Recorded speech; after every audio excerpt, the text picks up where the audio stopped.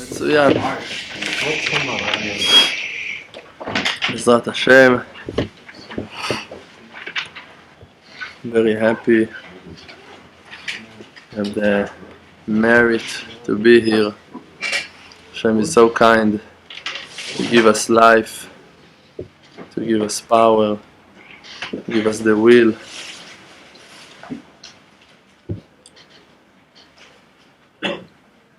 If you remember, I explained it once, why a person needs to say the bracha, Baruch Shelo Asani Goy, every morning. Let's say that bracha once in the bar mitzvah.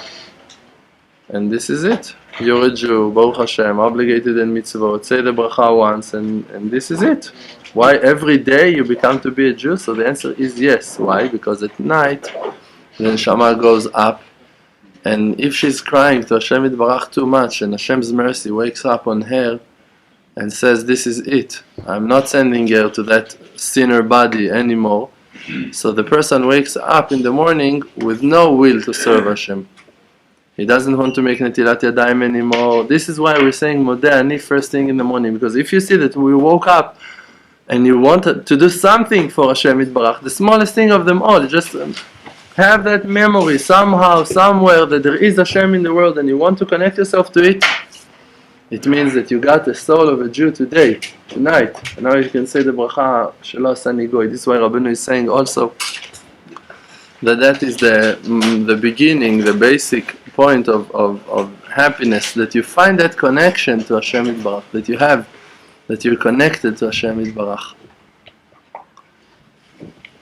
There was once, I don't remember the name of that tzaddik, but in the time of the Inquisition in Spain, there was a Jew that was related to the kingship. The queen over there, her name was, I think, Isabella. And she was the queen. And she had a minister. One of the ministers was a Jew. He was in charge of the money. And in the time of the decree, she couldn't stop them from the church from forcing all of the Jews all to be exiled, exiled, or to convert.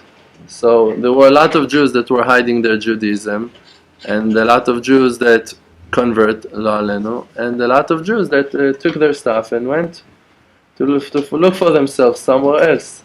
So there was that Jew, that minister Jew, he was one of the Anusim. He accepted on himself from outside that people are going to think that he's Christian, but actually he was keeping the rules of Judaism, like a lot of other Jews that were Anusei Sfaradim. And with the time came the night of Leila Seder. Of Yom Kippur, and all Jews didn't know what to do with themselves. All of those ones that are hiding their Judaism, and so they found a certain hidden place, a shelter, and they decided to pray, no matter what's going to be in that shelter. And that minister was one of those Jews. And while they were praying, in the middle of the prayer, someone told. And police came and opened, soldiers came in, burst in and took them all out, arrested all of them. And now there was a big trial and everyone's supposed to be executed. And after being tortured a lot, and so they all came to the square, to the center of the city. Everyone are coming and to see how those criminals gonna be executed now. And suddenly comes a messenger from the palace, says that because that Jew, that minister, he was so loyal to the queen for so many years, now they give him the opportunity to convert. He was exceptional, only him. All of the rest was supposed to die. They already made a huge fire. What? Bonfire. Bonfire in the center of the city, and everyone are preparing the marshmallow and all of the Baruch Hashem, and this is it. And now came a message that the queen Isabel, she saw she needed him. He knew how to make money, so she needed him. So she gave him another opportunity that if he gonna convert, so okay, he may stay alive. He will stay alive. Gonna back to his old job. When he heard that, he left the group and he ran into the fire and jumped into the fire, while screaming Shema Yisrael, and killed himself. Why? Why to do something like that? Because he saw that he will not gonna have the ability, except of Kiddush Hashem and all of other mitzvot, but every Jew, every person in the world, he's got that point that he says, it's life or death. All that I'm keeping my Judaism, all that I'm losing everything now. On Moshe Rabbeinu it's written that he's standing between Shmad Ratzon, between all destruction to total destruction, yes, or Ratzon, all that is God the will. And the will, you can want it. From every place in the world you can want Hashem. This is the secret. This is the real secret of Avodat Hashem. Because all of the obligations, all of the Torah, all of the prayers are supposed to bring you to want Hashem. This is the praise on Moshe Rabbeinu, on Yosef HaTzadik, on David HaMelech, that they passed away in Ra'avad Ra'avin, the will of all will. They wanted Hashem in a perfect way. That was their achievement. This is what that they achieved finally, that they did not want nothing else in the world except to serve Hashem. And that no one can take from you. No one, because the will is free in your hand to choose. And it's no matter where you are at all, because if you're going to decide to connect yourself to Hashem from that moment, from that place, you're with Hashem and Hashem is with you. Yetzer Hara is telling you, look at your actions, look at your deeds, look at how far you are from mitzvot. You woke up at 9, you woke up at 10, you're not doing your hitbodedut right, you're not eating kosher right, you're not saying the brachot right, you're not going praying in shul, in a minyan, you're not this, you're not that, you don't know. And all of those things are actually, Yetzer Hara is lying to you, because he's telling you that all of your level in Avodat Hashem depends in the status, in the level of your body, of your physical actions. But it's not true. Because בדרך שבה אדם רוצה ללך מליכין אותו, because they're judging you according to your will. Think about a person that wants to get to shul, and he's not able, but he yearns to go to shul, and he wants to, a person that cares about Am Yisrael, and wants to give tzedakah, and he pray about, and he's broke, he's important to Hashem Yitbarach or not? Of course he is. Of course, because he wants. And another person is so rich, and also he's got gmachim, and he gives a lot of money for charity, but he doesn't care about no one at all. He's doing it for the honor. He doesn't have the will to give. He doesn't care. He's doing it because, okay, it's his master money, and he rather to stay kosher in his community, in his city. It's better to be religious. But actually at night he's all in Facebook, and he doesn't remember nothing. He doesn't remember Hashem. So he's all drunk and parties and alcohol and meat and so he eating and drinking. He's full with lust and desires, and he donates $1 million every month to charity. It's not important. Be'emet, it's not important. It doesn't count nothing. When I spoke with Rav Shalom on a certain person that he's mefitz. He's selling books of Arav, a lot of books of Arav. And we both know that person is a criminal. Literally, he's a criminal. And I asked Arav, how can it be that Bore Olam makes a person that he is so low to make such huge afatzah? He's selling thousands of books. How can it be? A person mamash makes a lot, selling a lot of books. How can it be? Rav Shalom told me in the world to come, he's got a reward, the gain in the world to come, gonna be like of a salesman, a mocher, a person that had that was selling. Why? Because it's not his avodat Hashem to sell those books. He's selling them for honor. He's selling them for money. He's selling them because he wants something else. That's what he's gonna receive. If you have a heart to Avodat Hashem, you're going to have Avodat Hashem. If your heart is not aimed to Avodat Hashem, even if you were serving Hashem Yitbarach, Hashem is saying on that, Al asher lo avadetem oti besimcha, 98 curses on a person that was serving Hashem Yitbarach with all of the dikdukim, but not with happiness, not with joy. Means not with complete faith, not with will.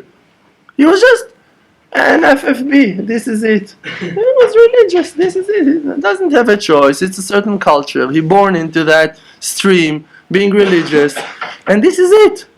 But bottom line, he wasn't serving Hashem Yitbarach. He was afraid of his father, he was afraid of his mother. He wanted to find a good shidduch, that no one gonna talk about him, that no one gonna know, that no one gonna... So that was what that he was doing. He wasn't connecting himself to Hashem, so he wasn't connected to Hashem, even if he was in shul. Like we said yesterday, you can make a cross out of water. If you carve a cross out of the ice, you took water and you made a cross. Now if a person going to bow to that cross, this is it, he was worshipping idols. And it's the same water that you can revive a life of a thirsty person, you can give him life. Same water, but different thoughts. Different thoughts. It can be a mikveh, it can be everything, exactly. Same water can become to be a mikveh. It depends on the thoughts. It can take you into the world and can take you out from the world on the spot. It depends in your heart. What do you wish? What do you want? And that secret is so important for us to know that with all of what that we're going through, you have to remember that the real connection that you have to Hashem is out of love, is out of spiritual bonding, connection. And that is the thing that you need to nurture. This is the thing that you need to build. This is the thing that you need to stabilize. Those are the things that you need to pray on them. To want Hashem. To want Hashem in Mesirut Nefesh, no matter what's going to happen to you in your life. Who cares? The Yetzer Hara going to tell you stories. Oh, but you're late every morning, you're not learning enough, you're not this, you talk Lashon Hara. All of those things that happened to me, really, they did happen to me. Why they happened to me? Because I'm used to it. Because I grew up in a certain way. Yesterday I sat with my wife and we had a very nice, amazing conversation, and we talked and I confessed to her on a lot of things from my past, and I shared with her, I talked to her. I found a certain, and you see that in the place that you reveal the most hidden sins of yours, you are zakai, innocent. You're innocent. You tell them the things that for you, in the back of your head, it was the worst things that you ever done in your life, and you share. You do tshuva on them, you confess, you tell to your best friend, and you explain why you done that. And it's not a sin anymore. Who can blame you? Who can blame you? Who can blame you? This is why always, when I'm talking to guys that are not married and they're coming, and also girls, women that are coming and sharing and telling on their past, on their stories, and they're chasing themselves and blaming themselves, I was doing this, I was doing that. I'm telling them, you don't see it at all from the right angle. Bore Olam looks at it in a total different way. Bore Olam sees his child and he says, my child, he wants to be loved. He wants to be hugged. He wants to receive compliments. He wants a little bit of honor. He wants to feel warm, loved, kindness. This is what that you were looking for, even in the worst places. Even if you went to the lowest places, the truth that you were only looking for a little bit of love, little bit of compassion, little bit of hope, little bit of confidence, little bit of small things. This is what you were doing. If you're going to check yourself with eyes of truth, you don't need to be righteous for that. You just need to judge yourself until the end. Ask yourself why you were doing it. You were not going to say, because I was a sinner. No, in the church they're going to tell you that. Because you were a sinner and now you need to bring 2 bottles of wine and they're going to forgive you. In the church it can happen. In the real world of tshuva, really to confess, to stand in front of Hashem Yitbarach, could you stop yourself when you were 8 years old, 9 years old, 10 years old, 12 years old, 15 years old, 16, even when you were 30, and in that day that you were 30, you had a mind of a 15 years old kid? This is what you were. You haven't developed, you haven't grown, because all of the traumas and fears, and no one taught you, and you never had a long, deep conversation on the purpose of life, what to do, what you're supposed to do, what you can achieve, your powers. You were not aware to nothing. They just told you, look, women, look, money, look, you need to be strong, you need to be powerful, you need to be violent, you need to curse, you need to be a joker, you need to be a clown. If you're going to be so funny, people are going to love you. If you're going to have the most amazing girlfriend, people are going to respect you. You're going to enjoy from it. The worst lie of them all. You're going to enjoy being with her. It's not fun. Which fun? Only suffering. Only miserable. Only people cursing the day that they had that girlfriend, that they had that relationship. They don't know what to do. They cannot forget. They don't know what to do, and they blame themselves. So what are you gonna do? You were just a poor guy. You were just suffering so much. And Hashem Yitbarach's got that one eye of mercy. This is how He checked the world. This is how He judged the world, with one eye of rachamim. One eye of rachamim, ena derachame. This is it. Pekicha, ayin pkucha, an open eye of mercy. This is it. This is how Hashem sees the picture. This is how Hashem sees the world. And everyone with his logic can understand it very easily. Because if you're going to check the world and the amount of sins, avorot, avonot, pshaim, crimes that people are doing today, the world is a lot worse than before of Sodom and Amorah, before of the flood, a lot worse than it was before the flood. Today with the internet, a person can sin in the internet in an hour more than a person would sin in a lifetime. More than a person would sin in a lifetime. Today a person can sin in the internet in an hour, in YouTube, in Facebook, in an hour. You can ruin more than a person can build in a lifetime.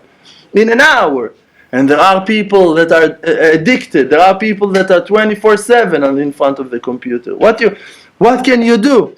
So why Bore Olam is not destroying the world? Why Bore Olam is not bringing the flood? Why Bore Olam is not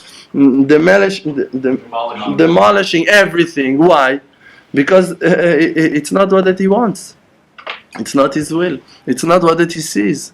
Adrabah. When you see that from all of that darkness, suddenly there is a glimpse of light, a spark of light. Mm-hmm. Someone wakes up, someone says, Tate, someone says, Father, someone says, Hashem, please, Hashem. You don't know how much it means. You don't know how much it means.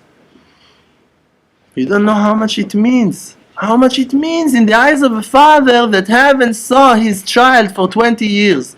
You haven't met your son, your daughter for 40 years. 40 years she was lost in India, in Thailand, in Los Angeles, in everywhere. She was lost 40 years. 40 years she haven't called you. 40 years she haven't made no email, no phone call. And suddenly she's writing nonsense. She's writing, first message, I need money. Father, I need money. You have a celebration, a bigger celebration than that day. After 40 years that you haven't heard from her, she needs money. This is not what that you wish. It's not the relationship that you wish to have with your daughter that was lost for 40 years. But who cares? This is the bridge.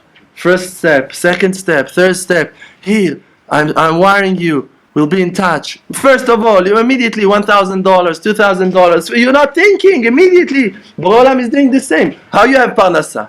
How I have parnasa? Because I'm righteous. We know we're not righteous. So how you have parnasa? Because Hashem Yitbarach, He wants to see you. Because Hashem Yitbarach knows that if He will not going to give you parnasa, for sure He's not going to see you. So He's supplying.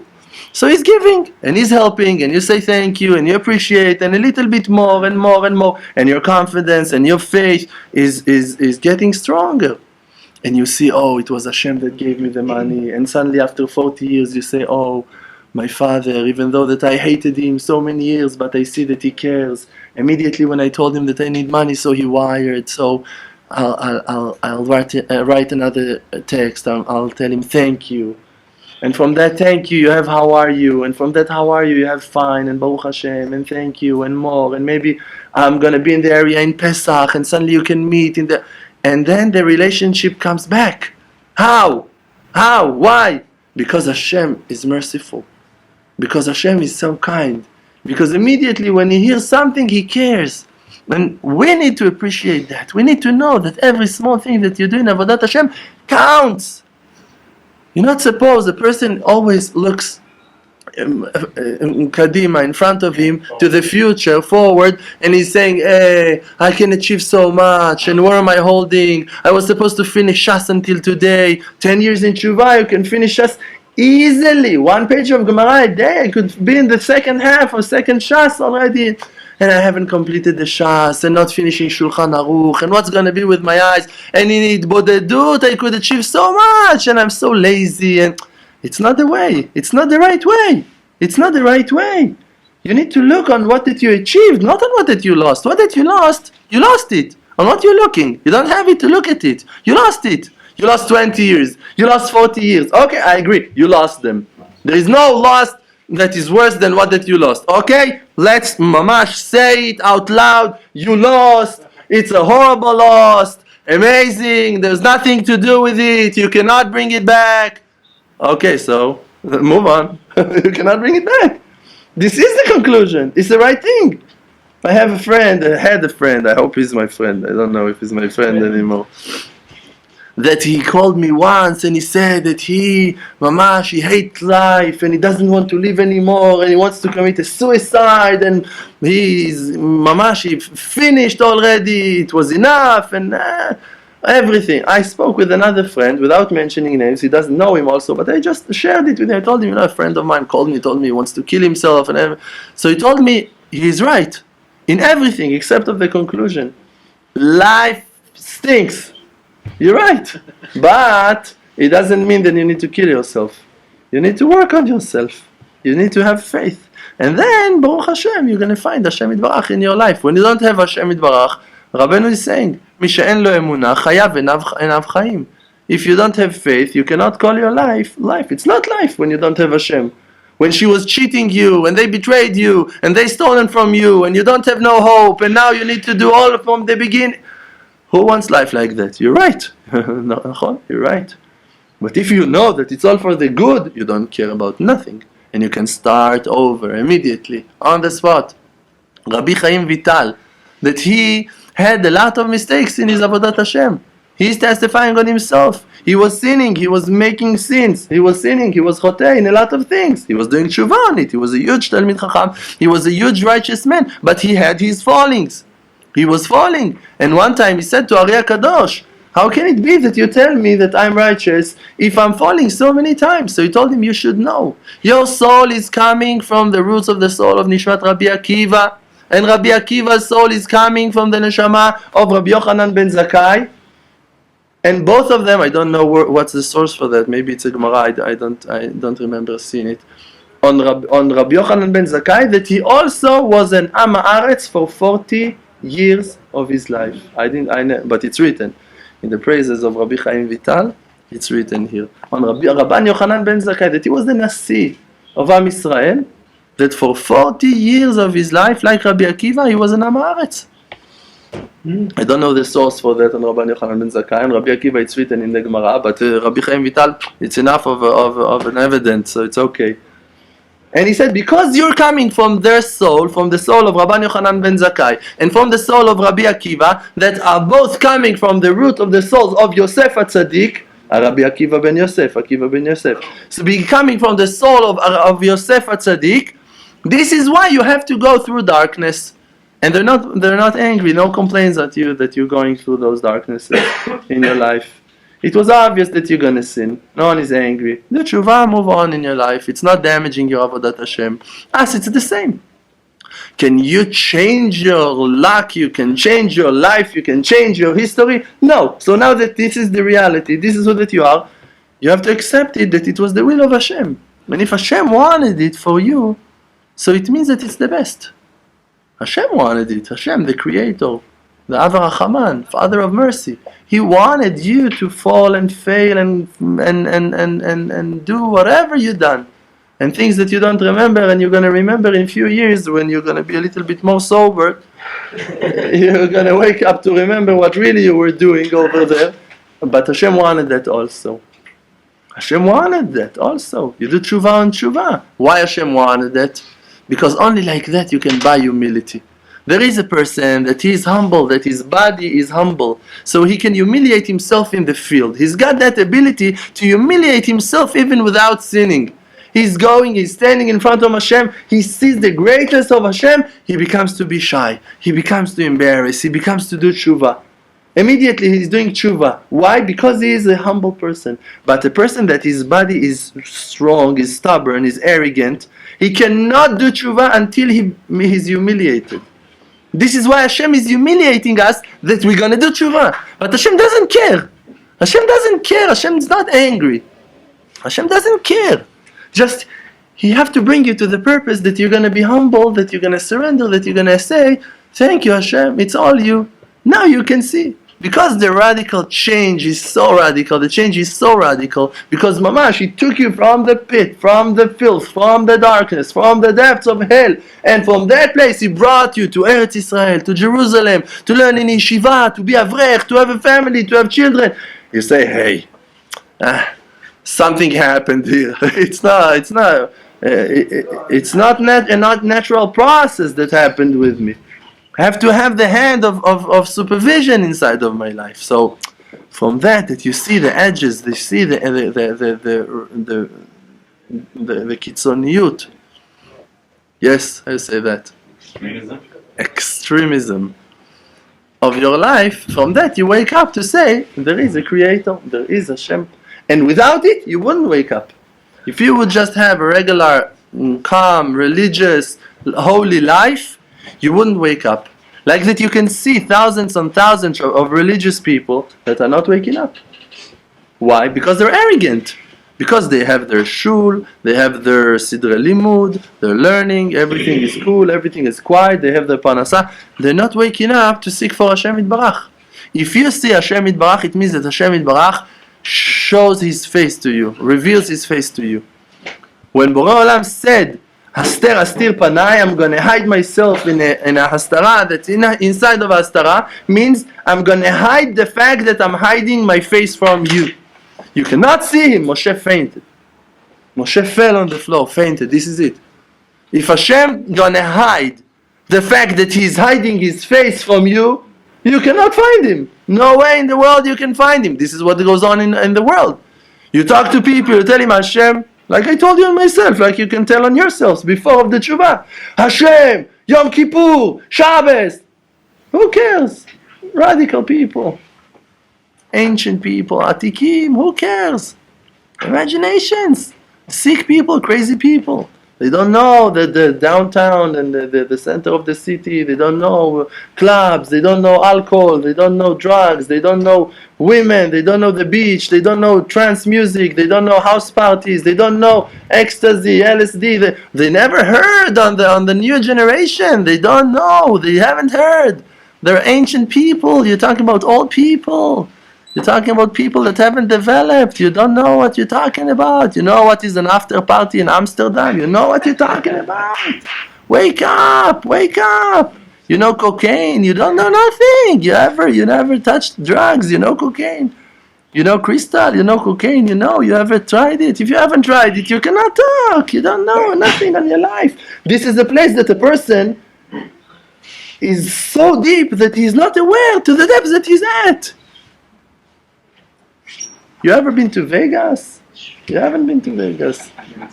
You can talk. If you haven't been to Vegas, you can talk. How can you talk? Have you been to Vegas, Obi? You cannot talk. He was hitchhiking through Vegas. So you cannot talk. Why you cannot talk? You cannot talk because they're so deep that they're not aware to the depths that they are at. So in a place like that, you cannot wake up. And we were there and we woke up. How you woke up?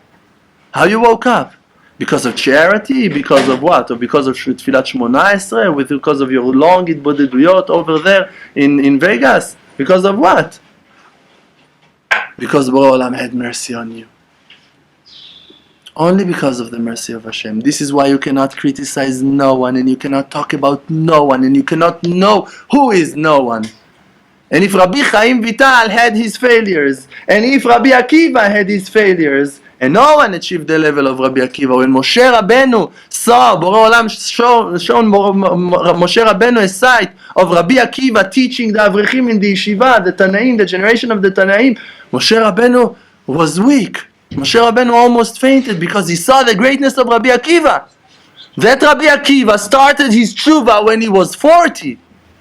And if you think that you cannot start your tshuva when you're 40, it's only because you don't have faith in yourself. Also, Rabbi Akiva didn't have faith in himself, and his wife told him.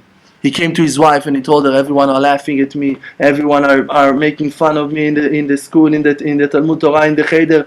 What she done? She took a donkey, that they had a donkey. She took that donkey. She put earth on the back of the donkey. She went to the gate of the city where all of the people entering the city. She took seeds and she planted on the back of the city, on the earth that she put over there, and she started to water it. And people were laughing on the daughter of Kalbat Savua, making fun of her. Everyone was laughing. Crazy laugh. After one day, she's watering a donkey. She's planting flowers, vegetables on the back of a donkey. Is there a better joke than that? The daughter of Kalba Savua, the richest person in that town, almost in the generation, and this is it. She's a wacko, a cuckoo. This is it. Everyone are laughing on the floor. Everyone are laughing on the floor. 1 day, 2 days, 3 days, and she kept on going and watering that earth, watering that donkey. After 3 days, people stopped laughing at her. She came back to Rabbi Akiva, told him, you see, after 3 days, they don't care about me anymore. Also, you can go. 1 day, they're going to laugh at you. 2nd day, they're going to laugh at you. And the 3rd day, no one cares about you. Who you think you are? That people are going to laugh at you for weeks, for months. Who cares about you?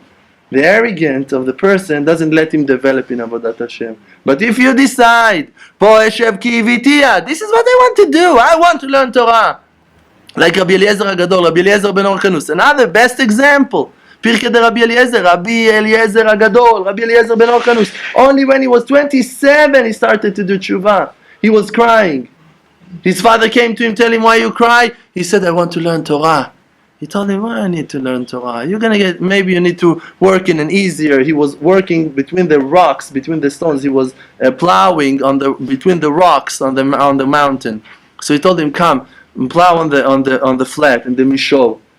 After 2 weeks he came, he sees him sitting like that on the plow. He asked him, why are you crying? Again, why are you crying? He said, I want to learn Torah, father. Rabbi Eliezer ben Orkanus. He told him, why you need to learn Torah? Go and get married, and then your children, you will send them to learn Torah. I heard Rav Noach Weinberg explain that once. Why? Why doesn't let him? You're Horkanus. You know how rich was Horkanus? He had fields, he had cities that would belong to him. Why don't let your child learn Torah? Why not let him learn Torah? He was 27. Rav Noach Weinberg Zatzal Alav Shalom, he said, because, with all due respect to Rabbi Eliezer ben Orkanus, he was dumb. He couldn't learn. He was already 27 and he wasn't married and he couldn't learn Torah. Orkanus tried to teach him.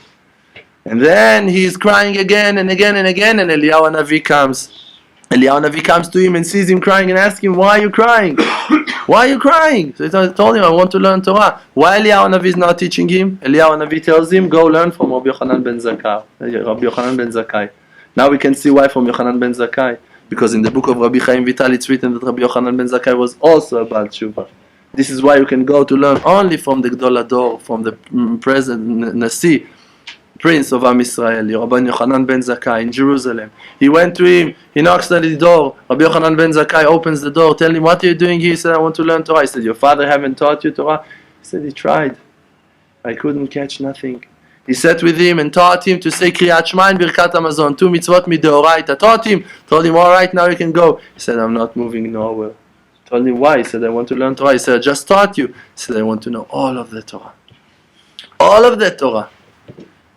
This is the secret of a Baal Tshuva. You need to hold the wheel and not to get loose, not to lose the wheel, not to lose it, not to open your hand at all. Not to open your hand. You want it? Go for it. So it's going to take you 80 years, 70 years, 90 years, 120 years. But do you care? Do you care? Why do you care?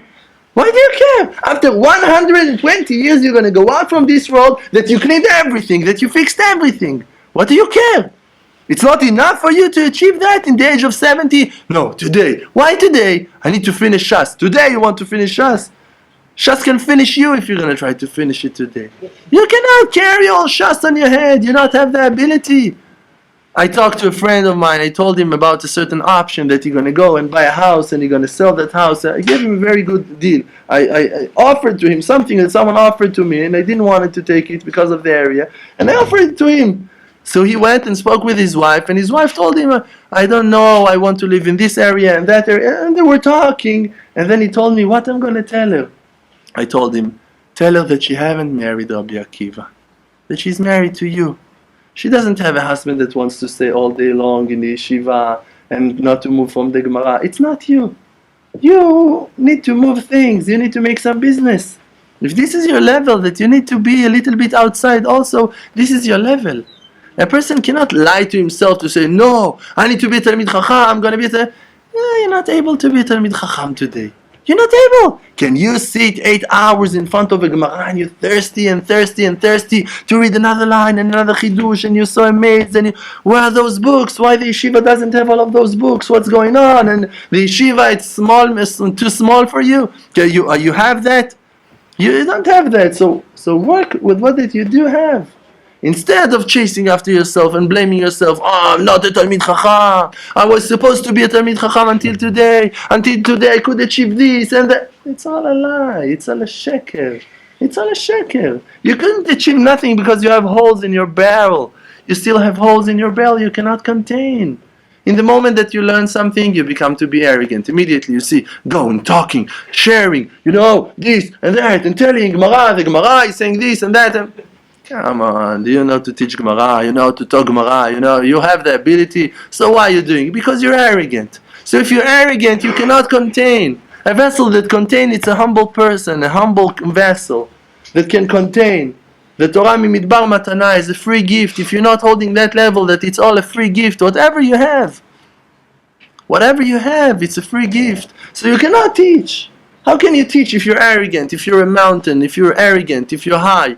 If you imagine to yourself that you're high, all of the water are running to the sides from you, and nothing can stay. You cannot grow, cannot develop, nothing. This is it. You cannot. So the truth is that the person needs to accept his place and to accept the private supervision of Hashem Yitbarach on you, and to know if there was one smallest thing that was better for you than what that you have now, Hashem would give it to you. If not, you don't understand nothing in faith in Avodat Hashem. Avodat Hashem is to serve Hashem. Why are you going to serve someone? Because he's good. Even though that I don't remember from who I read it, probably now you're going to say it's a Rebbe Mikotsk, but I don't remember who was it, that he wrote that even if we would receive punishments on serving Hashem Yitbarach, and a reward on sinning, still the straight mind, the logic would tell to serve Hashem and to be punished on it. Even if you would be punished on it, it's more right to do that. Even if there is no reward on it. And especially when Hashem is so kind. If now you want to serve someone, you want to worship someone, why are you going to worship him? Because you see his kindness, you see his godliness, you see his love, you see his mercifulness, you see his greatness. This is why you chose to serve him. You chose to serve Hashem. You chose that thing. So if you choose out of conscience. You understand he's good. Okay, so now if he's good, how can you blame him on bad things? If he is good, you cannot have bad things in your life. Because it cannot be that those things are bad. Why they're bad? Because of lack of faith. They're bad because you're not grabbing it that it's all from Hashem. That you don't understand that it's Hashem doing it to you in your life. I heard Rav Shalom in Shabbos morning when we went back to his home, walked with him to his house. Rav Shalom said a huge chidush, on the brothers of Yosef HaTzadik. Like we learned already, it was hard for them to accept the greatness of Yosef. When they were young, we understood. We said, all right, let's say they were young, and he was even younger than them, so okay, we can understand. But after it was hard for us to understand why when they came back to Egypt and they saw the greatness of Yosef, he's telling them, Ani Yosef, I made all of the troubles for you, I caused it all for you, I'm the king, and you can see the dreams, they all come true. Still, it was hard for them to believe in Yosef. How can you see that? Because they're whispering, they're talking to each other after Yaakov passed away. Now what's going to be? Maybe now we're going to revenge. Maybe now we're going to do this. Maybe now we're going to do that. And Yosef is trying to tell them, Ani Yosef, I'm Yosef that you sold me to Egypt. Means if I wouldn't be Yosef, I wouldn't survive here. I'm Yosef. You need to listen. I'm the tzaddik. I'm the righteous man. You need to believe in me. You need to accept me. This is what Yosef is saying to the brothers, and they're not accepting it. And Rav Shalom said a chidush on that. He said, and this is why Am Israel were suffering in the labor of Egypt. Because if their ancestors, if their fathers, the holy tribes, would accept Yosef, their children would not suffer in Egypt. Where you can learn it from? Because that Yosef, he'd been exiled before to Egypt. And he suffered all of the punishment of exile with dancing and clapping his hands, and he was all happy. And he was Ish Matzliach, and he was happy. He wasn't suffering from being in the exile. Rashi is saying that he was dancing, that he was mefazez umcharker, he was dancing and singing to himself, and he was doing long itvodeduyot, and he didn't care. And if the holy brothers would cancel themselves to him, he would teach them, he would have the ability to teach them how to cross the depths of the exile. How to be in Egypt and not to suffer in Egypt. And so they would spend some years over there in Egypt. So now they had the punishment that they need to build some houses, they need to build cities. Pitom Baram says, okay, so they're going to do it. So they switched that the man should work the jobs of women, so you need to be a cook. Okay, so I'm going to be a cook. You don't care, I'm going to cook. What's the problem? If you have that, you don't care. But if you want to be a lawyer, and now they tell you that you need to be a chef, a cook, so then you suffer. Why? There was a rabbi, I read it last week, a certain rabbi that a student came to him and wanted to complain on his wife, why the wife tells him to help in the house, and he said, that was his heart. There are jobs for women and there are jobs for men. I need to go to the kollel, I'm bringing panasa, she needs to cook, she needs to clean, what she wants. He came with that heart to that complaint to the rabbi. The rabbi already from distance got his thoughts, told him, I cannot talk now, please let's meet in 3 hours in my house, I'll come to the house. When he came to the house, he saw him washing the house, the rabbi. The person saw the rabbi, the student saw the rabbi washing the house. So he told him, yeah, you wanted to say something? You wanted to tell me something? No. There were a few stories like that. Few stories. This is on the Chafetz Chaim, I think. I think it's a Chafetz Chaim you have. Or other tzaddikim here in Jerusalem also, a few stories on tzaddikim. He had a complaint, why his wife, she's telling him to throw the garbage. So he told him, I'll answer you tomorrow morning. And 7:30 he knocked at his door. He opens the door, he said, I don't remember who was it. You remember? The Chazon Ish, the Chafetz Chaim. Who? Rabbi Tzion Abba Shaul, giants. And he's standing over there. He said, Rav, you need something? He said, I thought you need help with taking the trash, taking the garbage. It's so hard for you to throw the garbage. Why it's so hard for you? Because you're arrogant. Because you don't want to filth your hands. Because you think your hands are so pure. Yadechem damim aleu. Your hands are full with blood. You're talking about a little bit of garbage.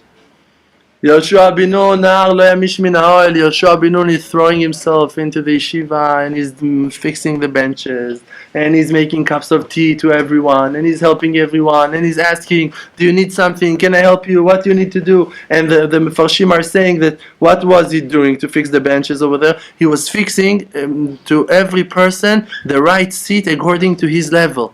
Means if he was a good student, so an important student, so he was putting him in front, and he was doing things. He put his heart into his avodah. What, he wasn't learning? He was fixing the benches. He was sitting also learning in the classes. He was also hearing. With one ear he heard Moshe Rabbeinu. With another ear he was listening to the public. What people need. Oh, there is a person standing over there. No, here, come. There is a seat. You can sit here. He had a heart He had a heart. You have a heart, you can receive light. You don't have a heart, you cannot receive light. Your heart is contaminated, full with junk. You cannot have light. Full with lusts and desires. You want to be a chief rabbi, you want to be important, you want to be rich, you want to succeed, you want to have a beautiful woman, you need to have parnasah, you want to know all shas. It's all desires. Even if your desire is to learn Torah, you're still a Baal Ta'ava. You still have a desire to serve Hashem Yitbarach. It's in Mesirut Nefesh. You give Hashem everything. You say, Hashem, whatever you want.